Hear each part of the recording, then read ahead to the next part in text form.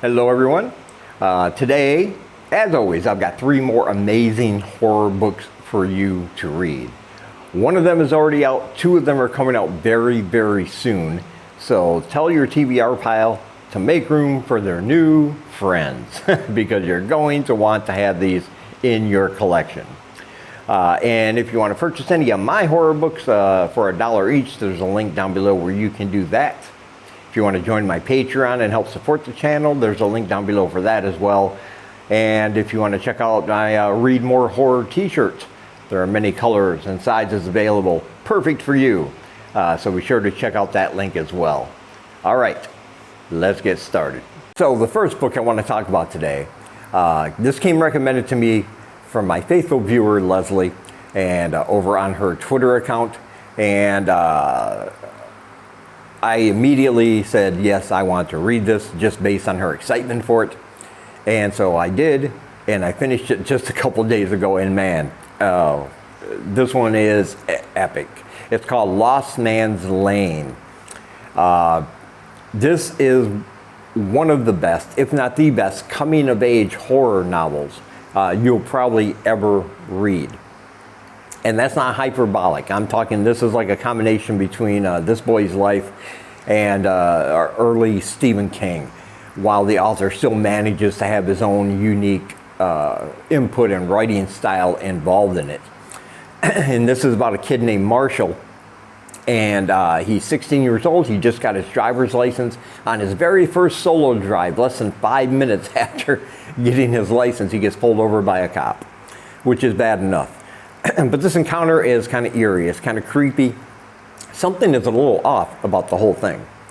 The cop says some pretty cryptic things to him, but he's just scared now because he's afraid his mom is automatically going to take away his driver's license, not let him drive anywhere by himself because he gets pulled over, 5 minutes after getting his license. But in the back of the police car is what really bothers him, because there's a girl sitting in the back, and she seems to be staring at him, but she is crying. She appears very fearful, and which is also strange because why did the cop pull him over if he had somebody in the back, which was obviously far more serious? But after that encounter, he kind of goes through it in his mind. He's kind of more cautious when he drives because this cop really scared him. But then come to find out the girl that was in the back, she is missing. A missing persons report comes up, and the police are looking for her. And come to find out there is no cop named after this cop in the department. Nobody knows who he is. Nobody has ever seen him before. And so now Marshall is thrust into this mystery because he saw the girl in the back, and this is absolutely the girl that's gone missing. So he was the last one to actually see her, except for whoever abducted her. So his life is thrust into the spotlight a little bit. But then through a series of circumstances, people are going to begin to doubt his account of what happened, even though he knows it's happened. And he also lives with his mother. She's a single woman. He's never known his father or anything about his father. But he and his mother have a good relationship, but that's going to kind of be tested because of this one event. He also goes to work for a private investigator who's investigating the case on his own, the same case that he's involved with. And the investigator believes him 100%. But this investigator is going to have a lot to do with the story later on, and I'm not going to tell you how or why. There's a lot of things I'm not going to tell you, but trust me, you'll want to find out. And throughout the course of this year, the year is 1999, and throughout the course of that year, we're going to follow Marshall as he tries to navigate this world where a boy is becoming, almost an adult. He's trying to graduate and trying to figure out future plans. There's a love interest, of course, but they've been best friends forever, and none of them really show any romantic interest in each other. They date other people. And this story is just so twisty and so turny, and it's going to go off in directions that you would never think about. And that's what I loved about it, is that while he's navigating the real world things that kids at this age will go through, he's also involved in this mystery. And the more he uncovers about his encounter with this police officer, the more he realizes that this town, something in the woods in this town, has a very deep, very dark secret, an ancient secret going all the way back to like the early 1900s. It involves a cult, it involves snakes, it involves a lot of things, as we find out. But it's all weaved together in this narrative that is just absolutely brilliant.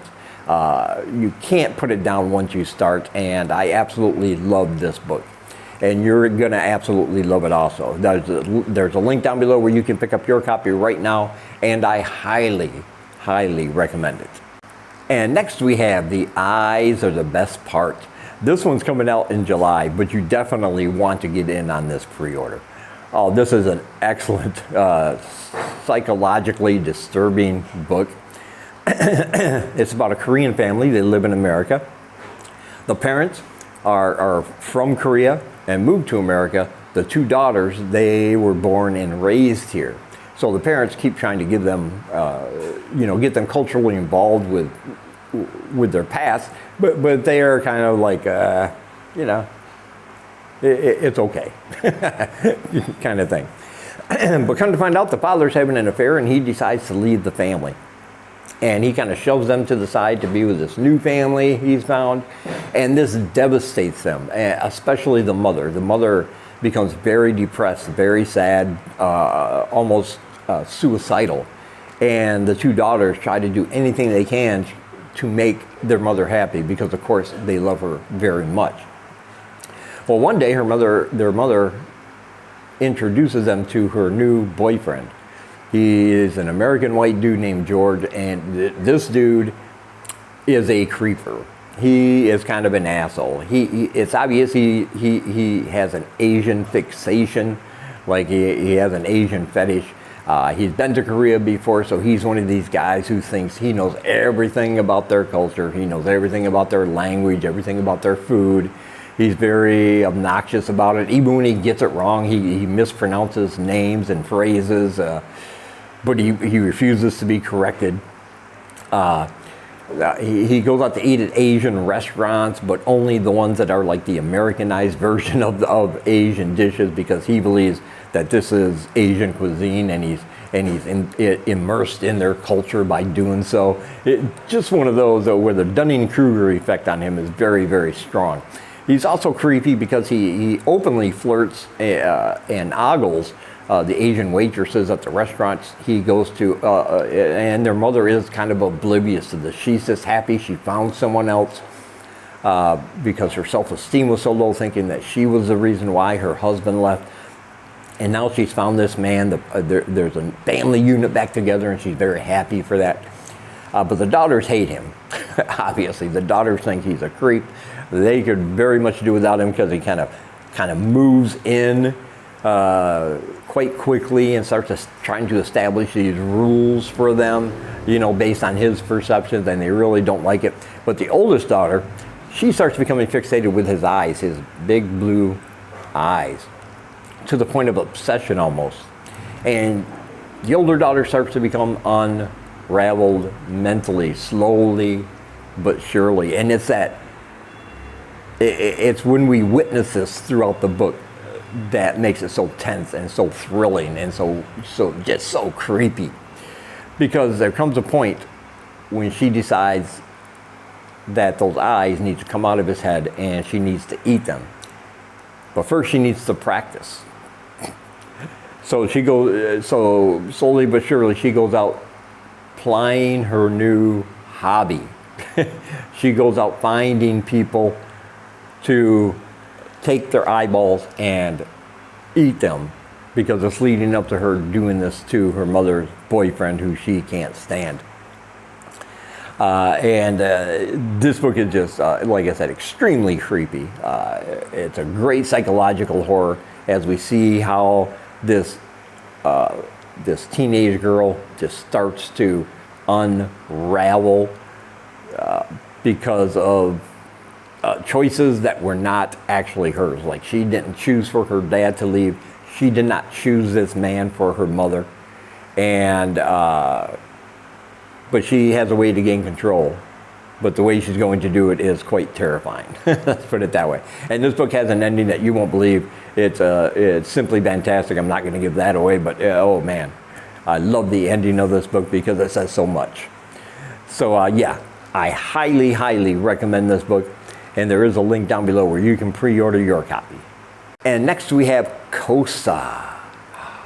This one's coming out in 3 days from the time I'm making this video. So yes, it's a pre-order, but it's coming very close, so you want to get in on it right now. This is about a girl named Kosa, although that might not be her real name. But she lives in an isolated mansion-like building in an attic because the person she knows as mother, which may not be her real mother, you'll have to read about that. That's where her mother keeps her. She's not, there's very strict rules to follow in mother's house with Kosa. And if Kosa breaks any of the rules, punishment is swift and punishment is very, very harsh. She is not allowed outside contact with hardly any other people except the ones that mother brings back to this mansion. And there's a reason why she brings people back, because they are never seen again.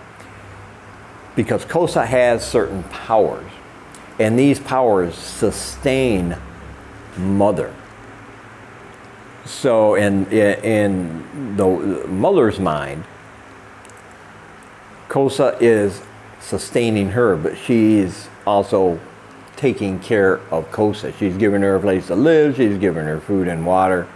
Despite all the punishment and despite all the abuse and everything else that's going on, being locked in an attic, not being allowed to go outside, she feels it's fair. And without Kosa, she would wither away and die. But Kosa tries to be a good daughter. But as she grows older, she realizes that something is off about this woman named Mother. She starts questioning her existence, questioning why she's there, stuck in an attic, why all these rules are in place, because she doesn't understand exactly how her powers help sustain Mother. But she is going to explore all that in the most horrific ways possible. And as the book goes along, we're going to see a shift in dynamics, maybe. We're going to see a shift in power, and some very, very frightening things are going to happen, especially when we find out exactly why Mother allows certain people, leads certain people to that house and what their purpose is for being there. And it's disturbing and terrifying. Trust me on that. This is an excellent, excellent book. Again, it's one I can highly recommend. I know you'll love it. And there is a pre-order link in the description, and it's coming out in just a few days, so definitely pick up your copy of Kosa. And as always, I want to say thank you for taking some of your time and spending it here with me.